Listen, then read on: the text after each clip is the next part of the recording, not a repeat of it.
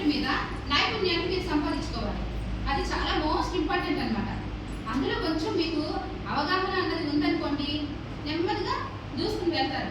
ఒకేసారి ఏది రాదండి. మీకు ఈ నైపుణ్యం గురించి ఎగ్జాంపులే ఆ ఫస్ట్ 2017లో వీడియో చూశారు, నెక్స్ట్ 2020లో వీడియో చూశారు. ఈ రెండింటికి ఎంత డిఫరెన్స్ ఉందండి? నేను నైపుణ్యాన్ని సంపాదించుకున్నానా, ఉన్న చోటనే ఉన్నానా? సంపాదించుకున్నానా? అలా ఆ డిఫరెన్స్ చూపించడం కోసం మీకు సెకండ్ వీడియో వేయాల్సి వచ్చింది. అందుకని మీరు ఏదైనా ఒక పని చేయాలి అంటే ఫస్ట్ కావాల్సింది ఏంటి?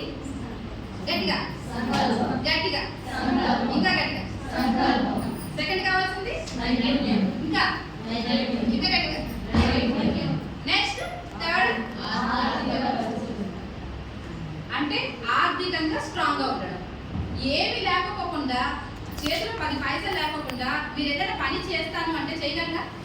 చేయలేరు కదా. మరి దానికి కావాల్సిన ఒక ఆర్థికంగా ఫండ్ కావాలి కదా. ఆర్థికంగా ఫండ్ అవి ఎలా తెచ్చుకుంటారు?